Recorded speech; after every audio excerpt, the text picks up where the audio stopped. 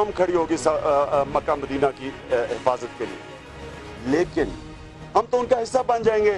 جو بھی میں نے سنا ہے کہ ہم سعودی عربیہ کی انٹیگریٹی کی دفاع کریں گے. آپ ہمیں واضح طور پہ بتائیں اس سے پہلے کہ ہم آپ کے فیصلوں کی تائید کریں کہ آپ نے کیا آپ کے ارادے ہیں. دنیا کو کہیں تیسری جنگ عظیم کی طرف نہ دھکیل دے. ہم یہ کبھی نہیں چاہیں گے کہ یہاں کے پولیٹیکل پوائنٹ سکورنگ کی جائے. 100% اس میں فائدہ اسرائیل کو ملے گا. سعودی عرب اور ایران کی جنگ میری سرزمین پر لڑی جا رہی ہے، اور اگر ہم اس میں پڑھتے ہیں تو میں سمجھتا ہوں کہ یہ دوبارہ ایک بڑی آگ میرے ملک میں بھی لگ جائے گی. This is not a sectarian conflict. This is basically a tribal struggle for power.